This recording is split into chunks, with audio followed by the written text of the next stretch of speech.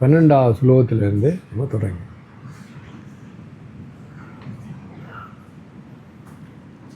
அதில் 2 கேள்வி. ஒன்று, சசி ஒரு கேள்வி கேட்டான், சுவாமி நான் ஜீவாத்மா அது பரமாத்மா? அது அற்புதமான கேள்வி. அதுக்கு அந்த சிவந்தியமாக நல்ல ஒரு ஆன்சர் சொன்னான். நான் ஜீவாத்மாவாக 84 லட்சம் பிறவிலையும் ஜீவாத்மா தான் இருந்தேன். அதில் என்ன பலன் கிடைத்தது? துக்கம், மறுபிறவி, கஷ்டம், அதிருப்தி, திருது, அவ்வளவும் என்ன பெயின், சம்சார சாகரம், துக்கம் ஜீவாத்மா எனக்கு. ஆகவே அது சங்கராச்சாரியா என்ன சொல்கிறாருன்னா, என்ன சொல்கிறார்? பிரம்ம சத்தியம் ஜெகன் மித்யா ஜீவோ பிரம்மைவ நாப்பரா. அதாவது நீ பார்க்குற இது என் பெருமாண்ட அவர் தான், எல்லா உலகமானாய் நீ. ஆனால் நீ உலகத்தை பார்க்குற மரம், இது மாடு, ஊரே, நாய். ஆனால் உள்ளதா அடுத்தது ஜீவோ, நீங்கள் ஜீவாத்மான்ற ஜீவன் அந்த பரமாத்மாவே தான், வேறொன்றும் இல்லை. நாப்பரண்டா வித்தியாசம் இல்லை. அப்போ ஏனுண்டா உங்களோட கேள்வி அது பதில். அதாவது நோ, நம்முடைய ஞானம் இல்லை, நீ அதுவாக இருக்கிறாய். தெளிந்தார்க்கு சீவன் சிவலிங்கம் வேண்டாம். நீ தெளியாத நிலையில், அறிவில்லாத நிலையில் ஜீவாத்மா இருந்து கஷ்டப்பட்ட. இனிமேலும் அதே நீ பிடிச்சி கொண்டிருந்தேன்டா என்ன லாபம் கிடைக்க போகுது? அன்றைக்கு ஒரு நாள் சத்தங்கத்தில் என்ன சொன்னது? இன்னும் துன்பம். அதாவது மகிழ்ச்சின்றது இந்த ஜீவாத்மாவோட பேரில் கிடையவே கிடையாது. அது என்ன? அப்போ பிணிமூப்பு சாக்காடு ஜீவாத்மா என்ன நடக்கும்? பிறப்பாய், பிணி வரும், மூப்பு வரும், சாகுவாய், திரும்ப பிறப்பாய். இல்லை ஜீவாத்மா. ஆத்மன் பிறக்கிறதும் வாரதும் இல்லை, போகிறதும் இல்லை, பிறக்கிறதும் இல்லை, இறக்கிறதும் இல்லை. அப்போ போதும். அதில் எல்லாருக்குமே சொல்லலை, இது முமுட்சுக்கள். அதில் அற்புதமாக இருக்குது. அது ஒரு கேள்வி சரிதானே? அது கேள்வி. அடுத்தது மகேசன் ஐயா கேட்டார், இல்லை அது நான் அதுக்கு ஆழமான கேள்வி. கனவுலேருந்து நீ விரும்பினாலும் விரும்பாட்டியும் ஏதோ ஒரு காரணம் தானே விழிச்சிடுறாய். அப்போ கனவுலேருந்து நீ தப்பிட்டாய். ஆனால் இந்த விழிப்பு நிலையாகிய கனவுல இருந்து நான் எப்படி விழிப்பேன்? அற்புதமான கேள்வி. நான் சொன்னேன்டா, இந்த ஞான நூல்களும் பகவத்கீதை, என்ன உபனிஷதங்கள், தேவாரம், திருவாசகம், திருப்புகழ், திருக்குறள், மற்றது அந்த மற்ற அந்த சைவ சித்தாந்த திருமந்திரம், இப்போ இதெல்லாம் அதுகளும் அதை படிப்பித்து வழிகாட்டுற இந்த குருமார்களும் ஆச்சாரியர்களும் தான் இந்த கனவுலேருந்து விழிக்க வைப்பாங்க. அவங்கெல்லாம் அவரோட வருது ஒரு வகையெல்லாம் எல்லாம் அடிக்கும். நீங்கள் கனவு கண்டு கொண்டிருக்கீங்க, திடீரெண்டு எல்லாம் அடித்தோடனே கனவு போயிடும். அது மாதிரி ஒரு வகையில் எல்லாம். 2வது வகையில் அவங்க புலி மாதிரி. உன்னை புலி விரது எங்கே உங்களோட கனவு இல்லை, நீ என்ன எழும்பிடுவாய். அப்போ இந்த ஞான நூல்களும் இந்த வழிகாட்டுறவங்கள்தான் இந்த விழிப்பாகிய கனவுலேருந்து முடியுங்க உங்களை எழுப்புகிறார். அது காணொலி தான் நம்ம இதை முயற்சி கஷ்டப்பட்டு படிக்கிறோம். சரி, விளக்கம் கிளியர். ஆகவே ஜீவாத்மா இருந்தது போதும். இப்போ நீ பரமாத்மாவோட பேச்சும் இல்லை. ஜீவாத்மா இல்லைண்டா பரமாத்மாவும் இல்லை. இது இருக்கவே தான் அது இருக்குது. ஆனால் இது இருக்கிறது நான் என்ற தூய என்னது தானாகி யான் எனது அமுதம் சொல்லுது திருவாசம். வானாகி மண்ணாகி வழியாகி ஒளியாகி ஊனாகி உயிராகி உள்ளதுமாய் இல்லதுமாய் தானாகி யான் எனது என்று அவரவரை கூத்தாட்டுவானாகி நின்றாயே என் சொல்லி வாழ்த்துவனே. சரிதானே? அப்போ அந்த நான் என்று இருக்கிறது அந்த பரம்பொருள். நீங்கள் சொல்கிற பரமாத்மா தான். நீ பரமாத்மான்னு சொல்லக்கூடாது. ஏனென்றா ஜீவாத்மா இருந்தால் தான் பரமாத்மா, இல்லாட்டி யார்? அந்த தூய அந்த பரம்பொருளாகிய நான்.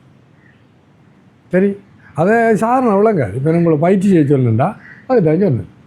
சரிதானே?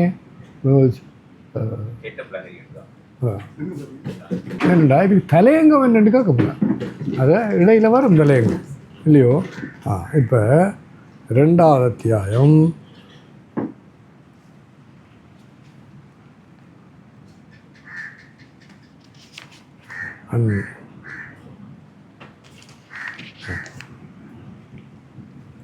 அப்போ அவர் பகவான் கண்ணபரமாத்மா தொடங்கினது முதல் 11வது ஸ்லோகம் பகவான் சொன்னது. இது 11 அத்தியாயம்.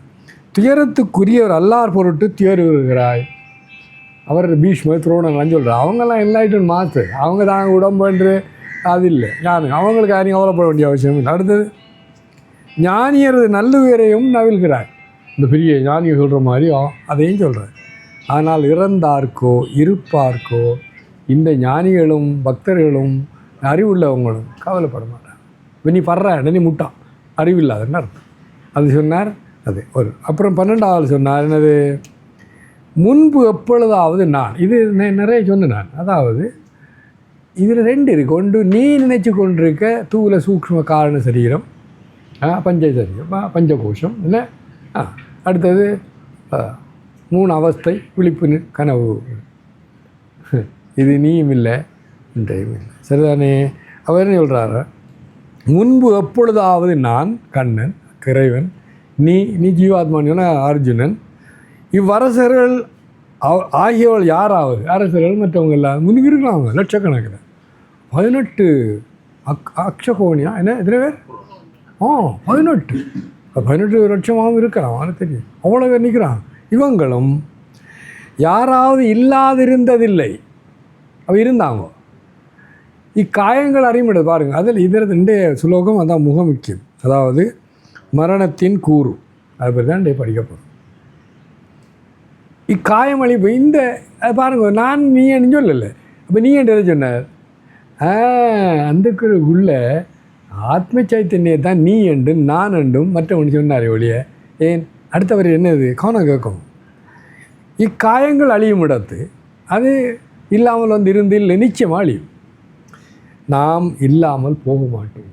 இப்போ இருந்தோம் இருக்கிறோம். இப்போண்டா முக்காலத்திலேயே முடியுங்கோ. நான் என்ற அந்த ஆத்ம சைத்தன்யம் முக்காலத்தில் இருந்தது. அப்போ முக்காலம் உடனே சொல்லணும். சொல்லணும் பிறந்த காலம், எதிர்காலம், நிகழ்காலம்ன்றதையும் பிரிக்கிறீங்கோ. அதாவது இப்போ உடம்பை பிரிக்கணும், கவனம் கேட்கும். அதாவது அது இல்லாமல் இருந்து பிறந்த காலத்தில், நிகழ்காலத்தில் இருக்கிறது, எதிர்காலத்தில் இல்லாமல் போகிறது. அப்போ 3 ஆனால் இப்போ இவர் சொல்கிறத பார்த்தா அது பாருங்கள். அதான் அந்த பகவத்கீதை அப்படியெல்லாம் நமக்கு படித்தா விளங்காது. அந்த மகான்கள் ஆச்சாரியம் எடுத்துருந்து நமக்கு கேட்கணும் என்ன அர்த்தம். பாருங்கள் அர்த்தத்தை பார்த்தீங்களோ. அப்போ ஆத்மனுக்கு முக்காலமும் இல்லை, அது விளங்கியோ. ஏன் அது இருந்தது இருக்கிறது இருக்க போகுதுண்டா 3 காலத்தைன்னு சொல்லி கொண்டிருக்காய். அதுதான் எட்டர்னல்னு சொல்கிறது. எப்பொழுதும் உள்ளது, எப்பொழுதும் பண்ணக்குள்ள நீ நேரத்தை கொண்டு வர சொல்ல வேண்டியது என்ன பண்ணுறது. அப்போ ஷடப் பாய் மூடி கொண்டிருக்க இல்லை. ஆகவே இந்த இடத்து இன்றைய தலையங்கம் என்ன சொல்கிறார், நான் அது கண்டா இது ஆத்மனே தான். அப்படி சொல்லணும், யோசிப்போம் இல்லை கடைசி யோசிப்போம். அப்போ பாருங்க, தேகங்கள் அனைத்தும் தோன்றியவாறு அழியும்.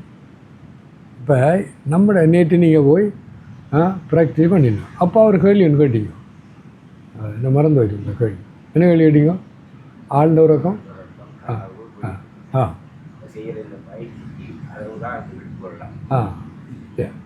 நேற்று உங்களை பயிற்சியை சொன்னேன்.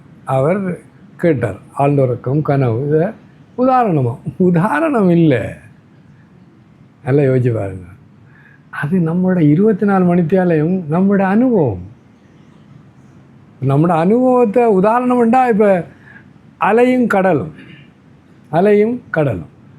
கடலும் தண்ணி, அது உதாரணம். இந்த ஆபரணங்கள் எல்லாம் தங்கம், அது உதாரணம். ஆனால் நானே கண்ட நானாக இருந்த ஆழ்ந்த உறக்கமும், நானாக இருந்த கனவும், நானாக இருக்கிற விழிப்பு நிலையும் உதாரணமோ இல்லை. நான் உடனே சொன்னேன், நீங்கள் போய் ப்ராக்டிஸ் பண்ணுங்க. விட இப்போ நான் பதில் சொல்கிறேன் அதுக்கு. அப்போ என்னது, நானே ஆழ்ந்தவர் எழும்பி நான் அந்த மாதிரி அடித்து விழுந்து இன்றைக்கு கண்மணியம்மா அவர் நான் அங்கேயே போயிட்டேன். வளமையாக ஒரு 9-10 மணியில் ஒரு நல்ல ஒரு தூக்கம் கொண்டு போடும். இன்றைக்கு வர இங்கேயும் இல்லை, போயிட்டு வந்தேன். அது எனக்கு மறந்து போச்சு. மத்தியானம் வந்து தூங்கிறேன். என்னடா 4:30 தூக்க முடியலை. கடைசியாக 5 மணிக்கு தான் மிச்சம் சிரமம் போட்டு எழும்பேன். காலையில் அந்த வளமை நான் 3 மணி 3:30 கிளம்புறேன். அந்த தூங்கினா தான் அதை அட்ஜஸ்ட் பண்ண படலை. அது என்ற தூக்கம், வேறு தூக்கம், என்ற தூக்கம். அது உதாரணம் இல்லை இல்லையோ.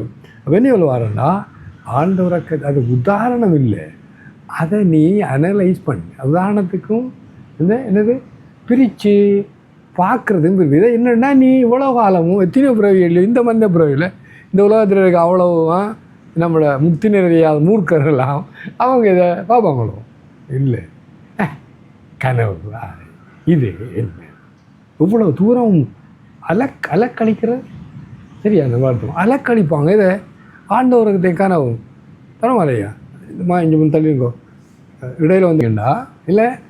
அதை போய் நான் ஆண்டவரக்கில் இருந்தேன், அங்கு நான் என்று சொல்கிற இந்த உடம்போ அதாவது தூள உடம்பு அன்னமயம், மற்றது மனம் புத்தி சித்தம் அகங்காரம் ஆகிய 4 சூக்ஷ்ம சரீரம், அப்புறம் காரண சரீரம் வேண்டாம் எனக்கு ஒன்று தெரியாது, அது இருந்தது அது.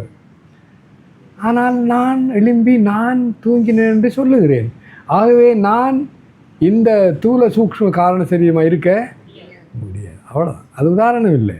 அப்பா விலங்கு இல்லை. நோ உதாரணம் நான் சொன்ன மாதிரி அலை கடல் தங்காபரணம் தங்கம் அதெல்லாம் உதாரணம். இது உதாரணம் இல்லை, எனது ஓன் அனுபவம். அதை ஏன் இதை சொல்கிறேன்டா நம்ம சாதாரண மக்களுக்கு இதை அவங்க சாதாரணமாக எடுக்கலாம். சாதாரணம் இல்லை அலக்களிமா சும்மா கனவு ஆண்ட அங்கே என்ன நிஜத்துக்கு வாங்குவோம். எனக்கு நிறைய பேர் சொல்லுவாங்க உபதேசம் எனக்கு இப்போ தான் ஒரு சந்திக்கிறல எனக்கு சொல்லுவாங்க சாமிஜி இதுக்கு நிஜத்துக்கு வாங்கோ. அப்போ உண்ட நிஜம் உன்னி நிஜம் நாளைக்கு நீ கிட்ட பக்கெட் இல்லை நாளைக்கு போகிற நிஜத்தில் இருந்து இல்லையோ எத்தனை பேர் போயிருக்கான். அப்போ வணக்கம். அப்போ அது உதாரணம் இல்லை, அது எந்த அனுபவம். ஆனால் நான் இவ்வளவு பிறவிகளையும் இந்த பிறவிகள் கூட கனவையும் ஆழ்ந்த உறக்கத்தையும் ஒரு என்ன அதுக்கு எனக்கும் ஒரு சம்பந்தம். இந்த விழிப்பினை இதுதான் விழிப்பண்டும் இல்லை, இதுதான் என்ற வாழ்க்கை. அது ஒரு மகான் சொல்லுவார், யோசிச்சு பாருங்க. 24 மணித்தியாலத்தில் ஆழ்ந்த உறக்கம் கனவு நனவு 3 இருக்குது. சரி, நீ அதில் 24 மணித்தியாலம் 8 மணித்தியாலத்தை தள்ளி வச்சு போட்டு அதில் கனவும் ஆழ்ந்த உறக்கம். மற்ற எத்தனை மணித்தியாலம் பண்ணாச்சு? 16 மணித்தியாலம் தான் நான் பாடுறேன். அப்போ மற்ற அவ்வளோ செத்து போகிறேன் அர்த்தம். நீ யோசிச்சு பாருங்க அவ்வளோ முட்டாள்தான்.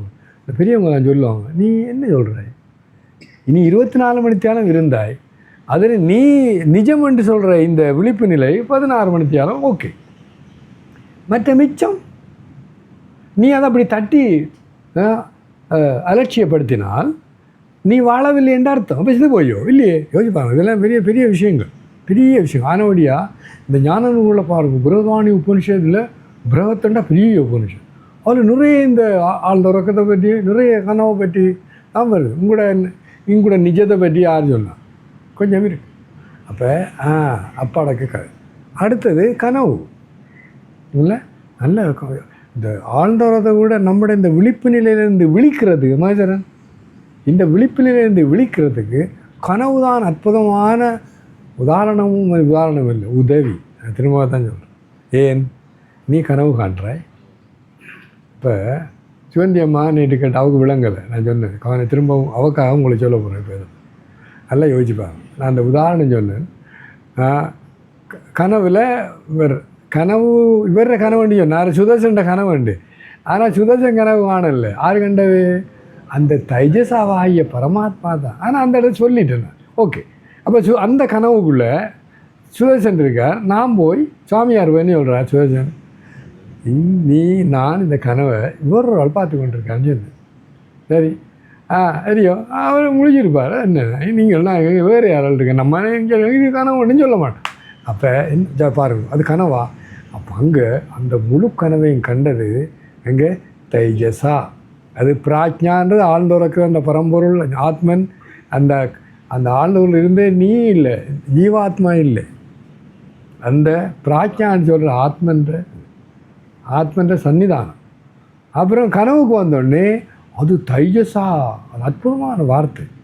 அப்போ அவருக்கு என்ன விளண்டா, நான் இந்த தைஜசா பற்றி அவருக்கு தெரியாது, அதனுடைய விளங்கலை. அப்போ நான் என்ன வேணுண்டா அந்த தைஜசாவாகிய அது நான் தானே. இப்போ இவர் சுதர்சனா எடுத்துனேன். அவர் எழுதி சாமிஜி நான் ஒரு கனவு வேண்டாம் அதில் நீங்கள் வந்து இல்லை இப்படி சொன்னீங்கோ அது நீ சரி தான் சொன்னீங்கன்னு சொல்லுவார். நான் அந்த கனவு கொண்ட ஒரு நாள் அது கனவுக்குள்ள இருந்த நீங்களும் நானும் அந்த கனவோட என்ன சொல்கிறேன் ஒரு வெளிப்பாடு சரிதானே விளங்க. ஆனால் இந்த இடத்துல நீ அதுவாக இருக்கிறாய்க்குள்ள நீ எதுவாக இருக்கிறாய் அந்த தைஜசாவாக இருக்கிறாய். அது சுதர்சன் நான் கனவு கண்டேன்னு சொன்னாலும் சுதர்சன் கனவு காணவில்லை. யார் கண்டா? சுதர்சனுக்குள்ள நான் என்று இருக்கிற அந்த பரம்பொருளாகிய ஆத்மனாகிய தைஜசா இசைக்கிலேயே யஸ்வந்தி அம்மா கேட்டதுக்கு இப்போ அவள் கேட்டான்னா விளங்கும். சுதர்சன் தான் எழும்பி சொல்கிறா, ஆனால் சுதர்சன் கனவை காணுங்க. அதுக்கு விளக்கம் என்னென்னா இவர உடம்பு குரட்டை விடுறவங்க தூக்கி கொண்டிருக்கு, அவர் கனவை காணுங்க. அந்த கனவுக்குள்ளே வந்த தர்மாலயா பண்ண முடியுமா?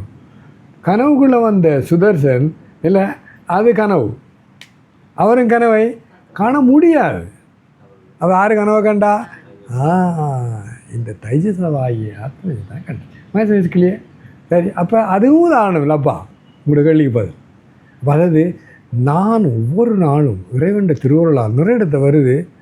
இந்த இந்த நனவில் இந்த மகேஸ்வரன் சொல்கிற மாதிரி விழிச்சு கொள்றதுக்கு இந்த கனவு தான் அதி உத்தமமான இல்லை உதாரணம். ஏனெனில் இந்த நீ விழிப்பு நிலை என்று சொல்கிற வாழ்க்கை என்று சொல்கிற இந்த விழிப்பு நிலை இல்லை சரி அச்சடித்த மாதிரி கனவாயிடும். அங்கே அப்படியே ஒரு உலகம். அதில் தான் அந்த மாண்டிக்க உபனிஷத்து இந்த காரிக்காவில் அவர் ரெண்டு தான் சொல்கிறார், ரெண்டு ஆழ்ந்த உறக்கம் மற்றது கனவு.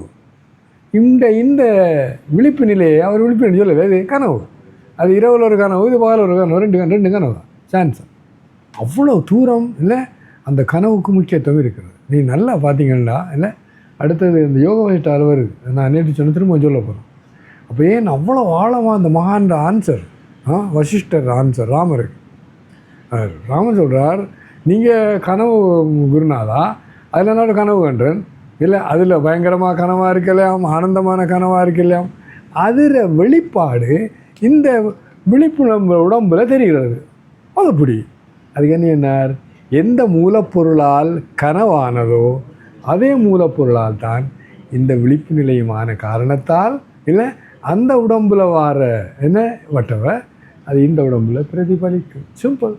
அவ ரெண்டும் உண்டு, அதுலேயும் உண்டு. அப்போ உதாரணம் இல்லை என்னது, எந்த அனுபவத்தை நான் இவ்வளவு காலம் விசாரம் பண்ணவில்லை, இப்போ என்ன செய்கிறேன், நான் விசாரம் பண்ணுகிறேன். பாருங்கள், விசாரம் பண்ணக்குள்ள இந்த வீடு பேரு மோட்சம் என்லைட்டன்மெண்ட் ஜீவன் முக்தி இது சொல்கிற சத்திய முக்தின்னு சொல்கிற இதே செகண்டில் நீ விளங்கி போச்சு. அப்போ அதுக்கு இந்த அதை ஒரு கோட்டையாகும், ஒரு மாளிகை பேலஸ் ஆக்கும். அதுக்கு 4 டோர் இருக்கிறதாகவும் யோகட்டாக வருது. சம சொல்லுங்க, விசார, சந்தோஷ, சதுர்த்த சாது சங்கமாக 4. சம தம திதிக்ஷா உபரதி ஸ்ரத்தா சமாதானம் 6 வருது. சமனக்குள்ள புலனடக்கம், மன அடக்கம், பொறுமை, அதில் அந்த 6ஐயும் எடுத்துக்கொள்ளணும். அது ஒன்று ஒரு கதவு. அப்போ நீ இதை ஒழுங்காக செய்தியேண்டா அந்த கதவு திறக்கும், நீ உள்ளு போகலாம். 2வது விசார, அந்த கோட்டைக்குள்ளே போகிறதுக்கு இல்லை அடுத்த கதவு இன்கொயரி, விசாரம். அதை தான் நீ கனவையும் வாழ்ந்த உறக்கத்தையும் விசாரம் செய்கிறாய், விழித்து பார்க்க என்ன நடந்தது அங்கே. அப்போ நம்மளோட சாதாரண முக்தி நிறைய அறியாத மூர்க்கிட்ட போகாதவங்க இந்த வாயத்தை சொல்லவே கூடாது, நான் அவங்களுக்கு விளங்கவே விளங்காது. ஆனால் உங்களுக்கு விளங்கு இல்லையோ? அப்போ நீ அதை உதாரணம் பார்க்குறேன், இப்படியே உரிச்சு படைச்ச மாதிரி. அதான் தமிழ், அதான் தமிழ் இல்லை, உரிச்சு படைச்ச மாதிரி தெரியல, உரிச்சு படைச்ச மாதிரி கனவும் இருந்தது. இந்த விழிப்பு உரிச்சு படைச்ச மாதிரி கனவு இருந்தது. அப்போ நான் அப்படியே இருந்தது. இப்போ நேற்று என்னோட 6 வரை சொல்லி கொண்டு இருந்தான், நான் ஒரு கனவு கண்டேன், அதில் ஒரு ஆக்சிடென்ட் படக்க போகுதுன்னு கண்டேன், கிட்டத்தட்ட அந்த இடத்துல நான் நின்றேன், அது நடக்கமாக இருந்தேன் நான் சொல்லி கொண்டு இருந்தேன். நான் சொன்னேன் அப்படியே இந்த 6 கனவு நடந்த 2 நடந்திருக்கும். 1 கனவில் ஒரு ஆக்சிடென்ட், விழிச்சோன்னு 2வது ஆக்சிடென்ட். அப்போ கனவு வர நனவு வரண்டு தெரியும், 2 நடந்தேன் இல்லையே, 1 நடந்தது உடங்காட்டி போகிறார். அப்போ நல்லா பாருங்க, இது விசாரம், சம விசாரம் 2வது. 3வது சம விசார, விசார சந்தோஷம். நான் உங்களுக்கு ஒரு ஒரு சத்சங்கமும் கிளாஸே எடுத்தேன். அதில் பேர் அது யோக இதில் வருது, அஷ்டாங்க யோகத்தில் இல்லை அது இல்லை, அது சரி. அதுக்கு 7 படி. முதலாவது படி என்ன? இல்லை, இது சம யம. அதில் சம இதில் வருது. அதாவது முதலாவது புலனடக்கம், 2வது மன அடக்கம். அதில் அதில் என்னக்கு எஸ் சந்தோஷ. முதலாவது சௌச்சா, சந்தோஷா, தபஸ்யா, சுவாத்தியாயா, ஈஸ்வர பிரணிதா. 5. அப்போ முதலாவது என்ன? சௌச்சா, தூய்மை. உடல் தூய்மை, மன தூய்மை, புத்தி தூய்மை, எல்லா தூய்மை. என்ன? சௌச்சா. 2வது சந்தோஷா. நல்ல கவனம் கேட்கும். சந்தோஷம்னுக்குள்ள திருப்தியும் மகிழ்ச்சியும் சொல்லுங்க. எஸ். இப்போ நேற்று நான் இந்த சப்கான்ஷியஸ் மைண்ட் அதில் சரியான முறையில் நீ இந்த ஆசைகளை அதில் வச்சா அது நடக்கும் என்றது உங்களுக்கு அனுப்பியிருக்கிறது. அதில் நீ இதை செய், இதை விஷுவலைஸ் பண்ணு. விஷுவலைஸ் சாதாரணம் பண்ணக்கூடாது. இது அது நடந்து விட்டது. அவ்வளோ தூரம் நீ அழகான உதாரணம் சொல்கிறேன். அவனுக்கு புது வீடு கட்டணும். எனக்கு நான் அதை கொஞ்சம் இரவு செய்தேன். நாங்கள் ஒரு கெஸ்ட் ரூம் ஒன்று கட்ட போகிறோம். இப்போ கெஸ்ட் ரூம்லாம் கட்டியாச்சு, ரெடியாச்சு.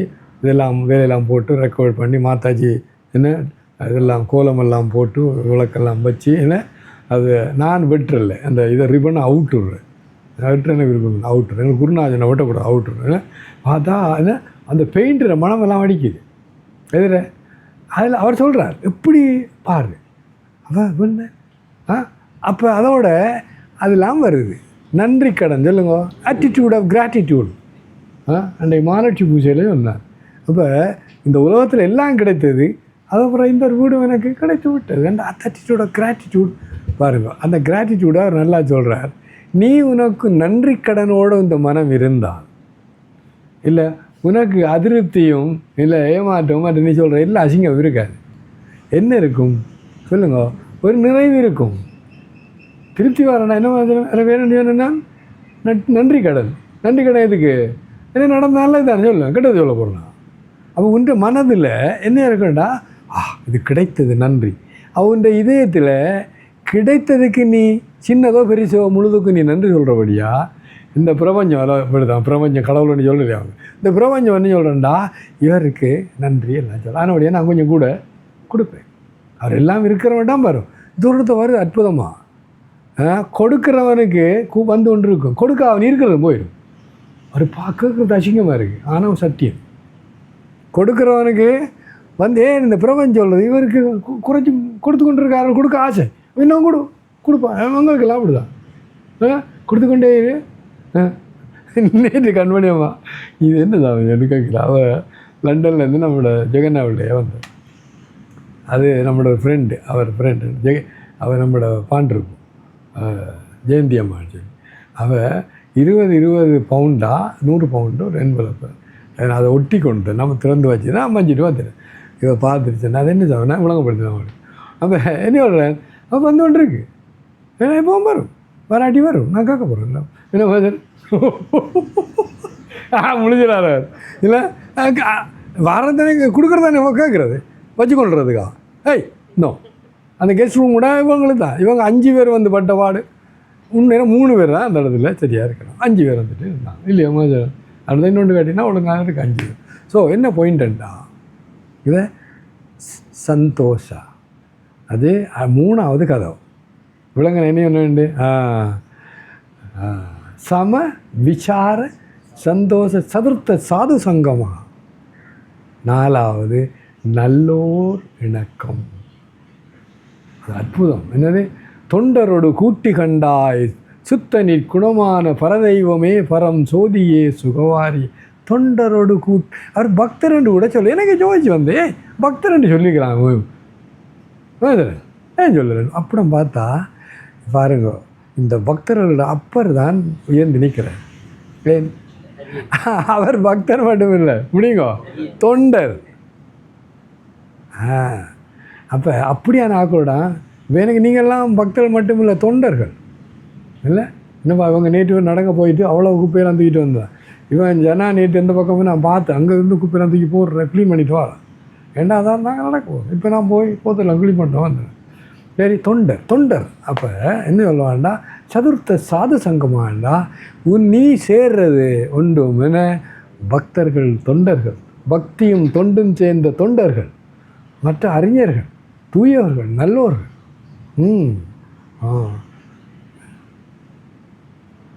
ஆனால் அந்த முருகன்ற பாட்டு, கல்லாத எளியோரின் உள்ளமுனதாலயமோ கடலாடும் படை வேடும் நிலையான சோதி உன்னை சொல்லாத நாளில்லை சுடல் மிகு வடிவேலா. எனக்கு அது விளங்கல் என்னடா இல்லை, கல்லாத எளியோர். அது தேவாரத்தில் என்னோடது வருது. இது பாட்டு தேவாரத்தில் என்ன, கற்றாரை நான் வேண்டேன் கற்பனவும் இனியமையும், 2 இடம் வந்துட்டு. இது சாதாரண தேவாரம். அப்போ நான் யோசிச்சு பார்த்தா என்ன மனுஷன், நான் மன்னிப்பு கேட்கணுமா? இல்லை.